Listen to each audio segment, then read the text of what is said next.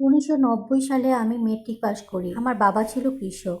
আমি নিজে বাবার সাথে সমস্ত কৃষিকাজ করে বাবাকে সাহায্য করতাম। এর ফাঁকে ফাঁকে আমি নিজ চেষ্টায় লেখাপড়া করতাম। আর বাবা-মা টাকা দিত, তাও কাজে লাগাতো। আমার নিচে আমার আরো ২ ভাই বোন আছে। তাদেরও পড়ার খরচ লাগতো। আমরা ২ ভাই ১ বোন। ভাই বোনের ভিতরে সবার বড় আমি। বাবা একদিন ডেকে বলল, তোকে তো আর পড়াতে পারছি না। আমার মনে হয় তুই এখন একটা চাকরি কর। আর পড়াশোনার দরকার নেই। মেট্রিক পাস করার পরে আমার উপরে অনেক দায়িত্ব পড়ে যায়। তাই চিন্তা করলাম ঢাকা শহরে গিয়ে একটা চাকরি করব। আমার বাড়ি নরসিংদী জেলায়। নরসিংদী জেলা থেকে ট্রেনে উঠে সরাসরি ঢাকা আসা যায়। আর ঢাকা আমার পরিচিত কেউ থাকে না।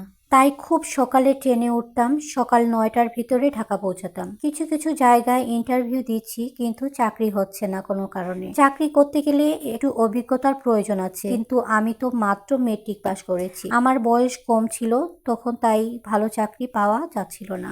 একদিন এক পত্রিকায় দেখলাম একটা বাইং হাউসে মেট্রিক পাস লোক নেবে, তাই ওখানে আবেদন করেছিলাম। পোস্ট অফিসের মাধ্যমে আমার বায়োডাটা ওই অফিসের ঠিকানায় পাঠিয়ে দিয়েছি। তার বেশ কিছুদিন পরে বাড়িতে চিঠি এসেছে, অমুক তারিখে আমার ইন্টারভিউ। আমিও ইন্টারভিউ দেওয়ার জন্য আগে যেভাবে যেতাম সেভাবেই চলে গেলাম। ইন্টারভিউ সময় ঠিক 10টা। ঠিক সময়ে ইন্টারভিউ দেওয়ার জন্য ওই অফিসে অপেক্ষা করছিলাম রিসিপশনে বসে। একটা সময় আমাকে ডাকা হয়। এবারের ইন্টারভিউতে কিছু ভালো প্রশ্ন করে যা আমি উত্তর দিতে সক্ষম হয়েছি। কেননা আপনি যত বেশি ইন্টারভিউ দিবেন তত বেশি জানবেন যে একটা কোম্পানিতে কি কি প্রশ্ন করে।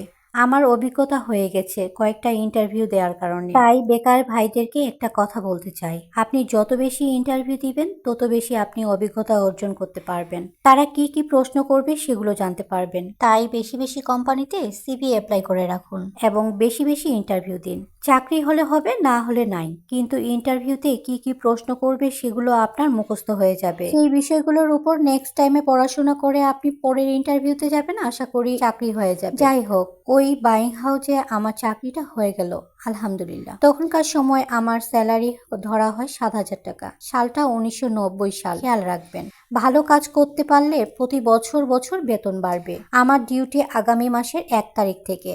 আমি ১/৯/১৯৯১ সালে চাকরিতে জয়েন করি। আমার ডিউটি সকাল ৮টা থেকে সন্ধ্যা ৬টা পর্যন্ত ছিল। আমার চাকরি হওয়াতে সেই দিন বাড়িতে মিষ্টি বিতরণ করা হয়। আশেপাশের চাচা চাচিদেরকে মিষ্টি বিতরণ করা হয় এবং প্রতিবেশীদেরও মিষ্টি বিতরণ করা হয়। সেদিন আমার বাবা খুব খুশি হয়েছিলেন, কারণ আমার বাবা কৃষি কাজ করত।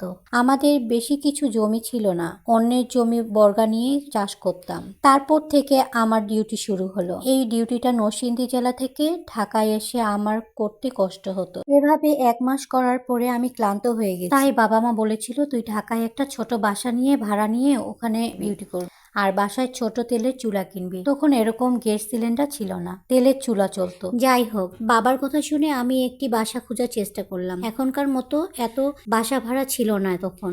আমার এক অফিস কলিগ ৩ তলা বাড়ির ছাদে একটা বাসা ভাড়া নিয়ে দিয়েছিল। তখন আমি পরের মাসে সেখানে গিয়ে উঠি। ব্যাচেলার মেস খালি ছিল না, তাই একা উঠতে বাধ্য হয়েছি। সেখানের বাসা ভাড়া ছিল ৬০০ টাকা। ৩ তলা বাড়ির ছাদে যে বাসাটা ছিল সেটাকে বলা হতো চিলেকঠা। যাই হোক, আমার মা আমাকে একটি ভাতের পাতিল, ২টা তরকারির পাতিল এবং একটি তাওয়া দিয়েছিল রান্না করে খেতে। আর এর পাশাপাশি একটি তেলের চুলা কিনেছি। আমি গ্রামে কিছুটা রান্না শিখেছি মায়ের কাছ থেকে। যেহেতু আমি ঘরের সবার বড় ছেলে ছিলাম, তাই ছোটবেলা মায়ের রান্নায় আমি সাহায্য করতাম। সেখান থেকেই আমি অনেকটা রান্না শিখেছি। সেই বাসায় নিচতলার আরো ফ্যামিলি ভাড়া ছিল। সবাইকে দেখতাম গোসল করে সবাই ছাদে কাপড় শুকাতে দিত। আমিও সেই চিলেকোঠায় বসে মাঝে মাঝে সবাইকে দেখতাম। যেহেতু আমি এখানে নতুন, তাই কারোর সাথে পরিচয় হয়নি সেভাবে। আমি যে বাড়িতে ভাড়া নিয়েছি, এই বাড়ির মালিক পুরো ফ্যামিলি সহ কানাডায় থাকে। এ বাড়ির তত্ত্বাবধায়কের জন্য নামে একজন লোককে দায়িত্ব দেওয়া হয়। এই মনির ভাই হচ্ছে এই বাড়ির মালিকের কাছের আত্মীয় স্বজনের পরিচিত ব্যক্তি। এখানে আসার পর থেকে উনার সাথেই কথা হয়, আড্ডা হয়। উনি আসলে অনেক ভালো মানুষ এবং রসিক মানুষ।